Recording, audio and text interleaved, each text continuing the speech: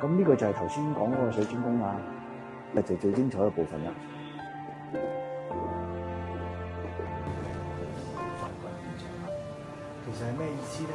即係話頭先我哋有一個好似成個貨櫃咁樣嘅物體啦，就沉落海底，就將成隻男女一號包起上嚟，跟住成個情。因為佢每一件其實佢都要清洗，跟住發掘下咁樣。因為其實藏咗喺嗰啲倉、嗰啲船艙入邊，其實可能有啲係彈咗，同埋有啲係碎咗嘅。